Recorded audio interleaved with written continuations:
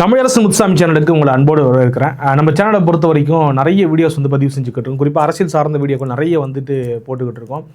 நம்ம ஒரு சீரியஸாக பண்ணக்கூடிய விஷயம் என்னன்னாக்கா, சீரியஸ்னால் அந்த சீரியஸ் கிடையாது, ஒரு தொகுப்பாக பண்ணிக்கிட்டு இருக்கக்கூடிய விஷயம் என்னன்னாக்கா, இந்த கருத்து கணிப்பு, குறிப்பாக விவசாயிகள் ஓட்டு யாருக்கு போக போகுது, இளைஞர்கள் ஓட்டு யாருக்கு போக போகுது, பெண்கள் ஓட்டு யாருக்கு போக போகுது, இப்படி சமூகத்தில் இருக்கக்கூடிய ஒவ்வொரு தொகுப்பை சார்ந்தவர்களும் ஒவ்வொரு பிரிவை சார்ந்தவர்களும் யாருக்கு வாக்களிக்க காத்துக்கிட்டு இருக்கிறாங்க, என்ன மாதிரியான மனநிலையில் இருக்கிறாங்க அப்படிங்கிறத அனலைசிஸ் பண்ணி தொடர்ச்சியாக கொடுத்துக்கிட்டு இருக்கோம். அந்த வகையில் நம்ம இப்போ ஒட்டுமொத்தமாக ஏடிஎம்கே அப்படிங்கிற ஒரு கட்சி இருக்குது இல்லையா, அனைத்து இந்திய அண்ணா திராவிட முன்னேற்ற கழகம் என்ன மாதிரியான சூழலில் இப்போ இருக்குது, என்ன மாதிரியான நிலையில் இப்போ தேர்தல் களத்தில் இருக்குது, எதை நோக்கி நகர்ந்து கொண்டு இருக்கிறது அப்படிங்கிறத அனலைசிஸ் பண்ணுறதுக்கான ஒரு முயற்சியாக தான் இந்த வீடியோ நம்ம பண்ண போகிறோம். ஏன் ஏடிஎம்கே நம்ம எடுத்துருக்கிறோம் அப்படின்னாக்கா, ஏடிஎம்கேவை சுற்றி தொடர்ச்சியாக அந்த அண்டர் எஸ்டிமேஷன் அப்படிங்கிற ஒரு ப்ளே விளையாடப்பட்டு கொண்டே இருக்கிறது.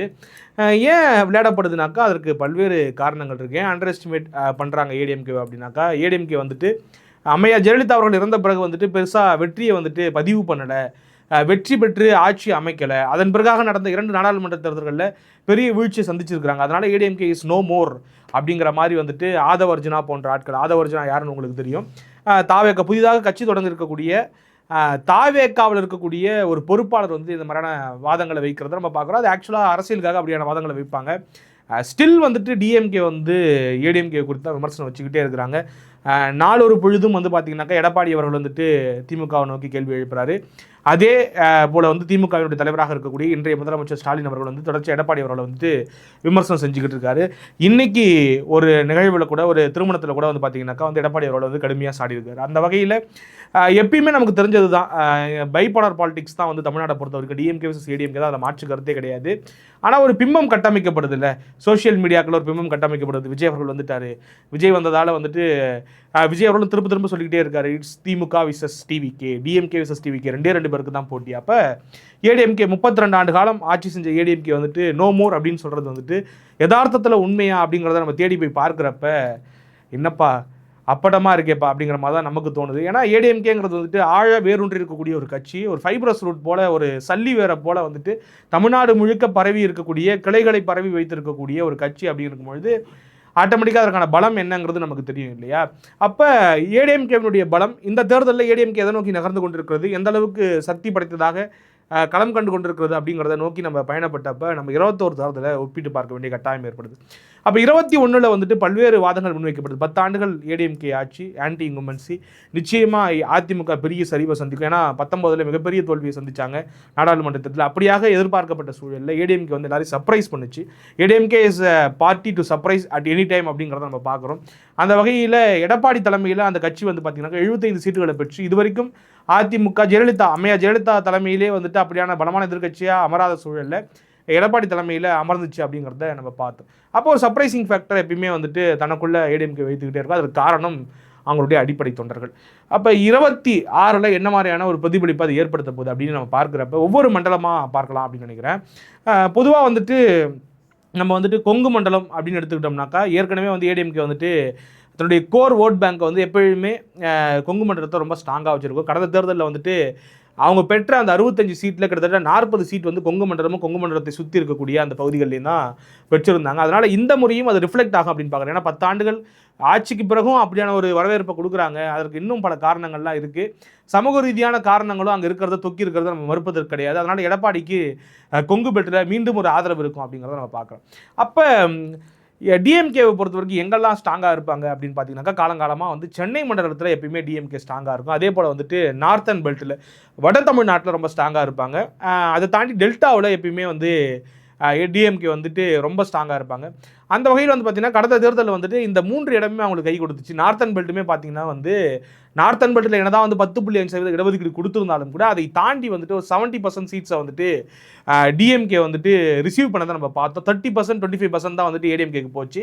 அதே போல் தான் பார்த்தீங்கன்னாக்கா சென்னை மொத்தமாக ஸ்வீப் ஆச்சு டிஎம்கேக்கு. அது எப்பொழுதும் நடக்கிறது தான்.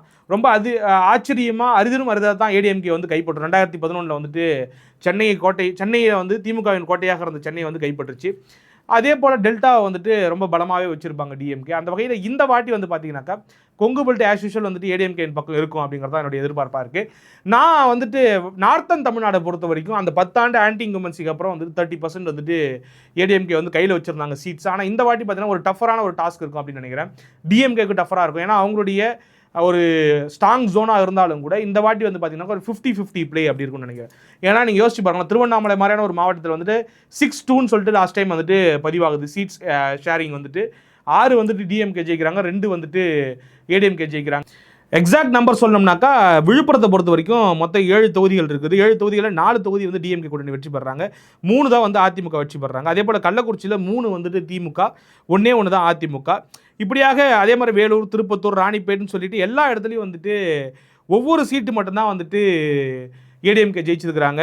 3-4-3ன்னு சொல்லிட்டு டிஎம்கே ஜெயிச்சு எல்லாத்துலேயுமே எட்ஜ் எடுத்திருக்காங்க. நான் சொன்ன மாதிரி கிட்டத்தட்ட 75% of seats in northern belt வந்துட்டு டிஎம்கே வந்து கடந்த முறை வெற்றி பெற்றாங்க. ஆனால் இப்போ வந்து அந்த மாதிரியான சூழல் இருக்காதுன்னு நினைக்கிறேன்.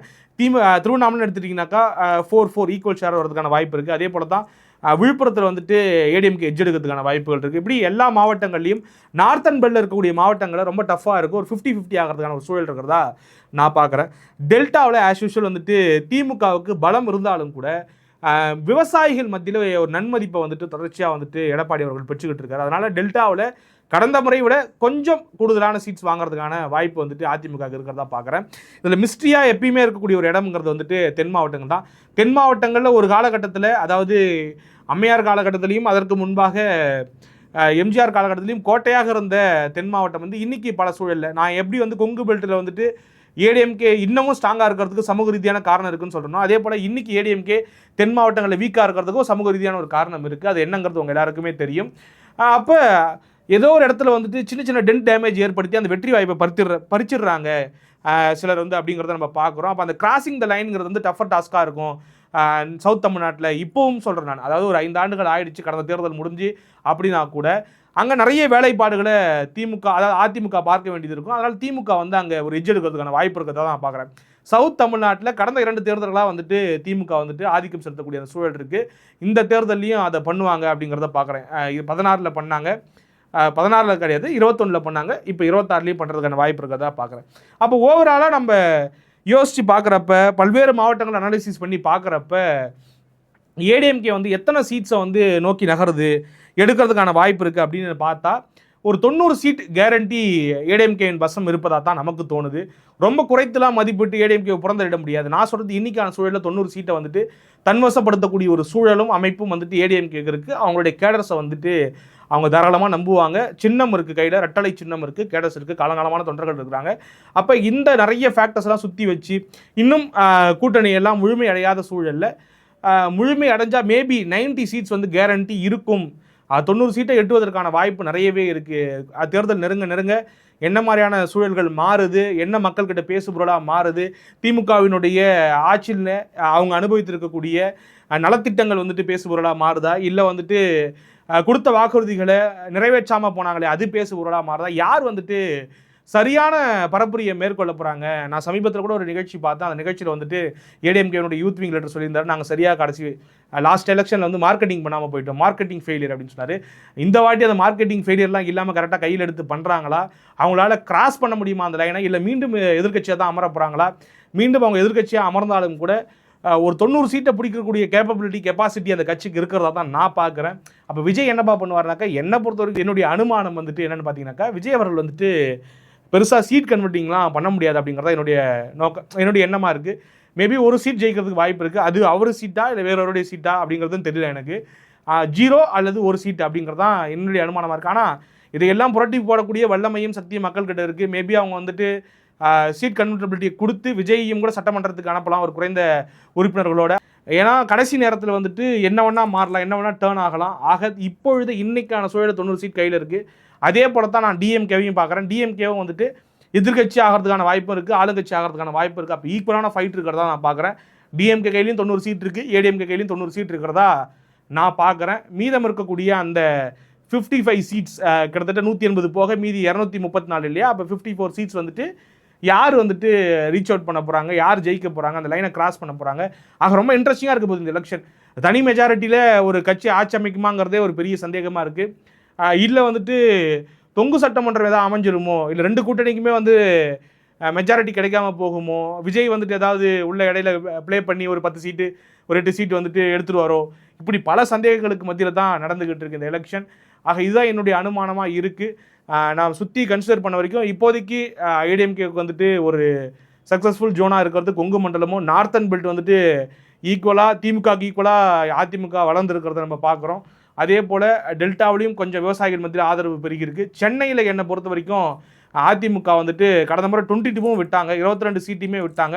ஆனால் இந்த வாட்டி ஒரு 5 to 6 சீட்ஸ் வந்து ஜெயிக்க முடியும், அதற்கான பாசிபிலிட்டிஸ் இருக்குது. ஏன்னா கடந்த முறை டி நகர் சத்யாலாம் வெறும் 2000 ஓட்டு வித்தியாசத்தில் தான் தோத்தாரு அப்படின்னும் பொழுது ஓவராலாக பார்க்கும் பொழுது ஒரு டஃபரான டாஸ்காக தான் 2 கட்சிகளுக்குமே இருக்குங்கிறதா என்னுடைய பார்வை. ஸோ டோன்ட் அண்டர் எஸ்டிமேட் ஏடிஎம்கேங்கிறதா என்னுடைய கருத்தாக இருக்குது. அப்போ டிஎம்கே ஏடிஎம்கே வேறு ஈக்குவலி ஸ்ட்ராங் இந்த கிரவுண்ட் அப்படிங்கிறத பார்க்குறேன். இதில் வந்துட்டு பயங்கரமாக இந்த ஃபைட்டை வந்துட்டு அப்படி கொலாப்ஸ் பண்ணி ஒரு இந்த லெவல் பிளே கிரவுண்டை வந்துட்டு யார் பக்கம் வந்து மடமாற்றி விட போகிறார் இவர் அப்படிங்கிறத தெரியாத ஒரு புதிராக வந்து உள்ளே வந்து பூந்துருக்கிறது விஜய் யாருடைய வாக்குகளை வந்து அறுவடை செய்ய போகிறாரு. எல்லாரும் சொல்கிறாங்க திமுக எதிர்பார்க்கல விஜய் அறுவடை செஞ்சுருவார். திமுகவுக்கு வாக்களித்தவங்களும் விஜய்க்கு வாக்களிப்பாங்க. ஏன்னா மாற்று சக்தின்னு வரும்பொழுது கடந்த முறை திமுகவை மாற்ற நினைச்சவங்களும் இந்த வாட்டி வந்துட்டு விஜயை மாற்ற நினைக்கிறதுக்கான வாய்ப்புகள் உண்டு. ஆக 2 பேர் பக்கத்துலேயும் வந்துட்டு ஒரு டென்டல் டேமேஜ் ஏற்படுத்த போகிறாரு. அது யாருக்கு சாதகமாக அமைப்பது பாதகமாக அமைப்பதுங்கிறத தேர்தல் முடிவுகளை தான் தெரிஞ்சுக்க முடியும். என்னுடைய அனுமானம்ங்கிறது both DMK and ADMK 90 seats confirm. அந்த அளவுக்கு அது கிட்ட 90 சீட்ஸ் கிட்ட நெருங்கி இருக்கிறாங்க அப்படிங்கிறத நான் பார்க்குறேன். 2 பேருக்குமே பலம் இருக்குது.